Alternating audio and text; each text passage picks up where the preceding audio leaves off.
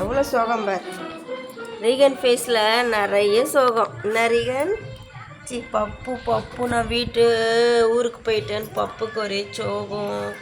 பப்பு மூஞ்ச பாருங்களேன். பப்புக்கு எவ்வளோ சோகம் பாருங்களேன்.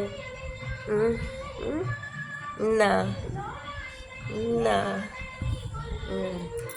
என்ன ம் சரி பசியில் தவிச்சியா?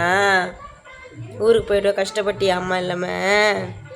ம் சரிடி தங்கம், சரிடி சரி சாமி, சரி ம் சரி ஓகே.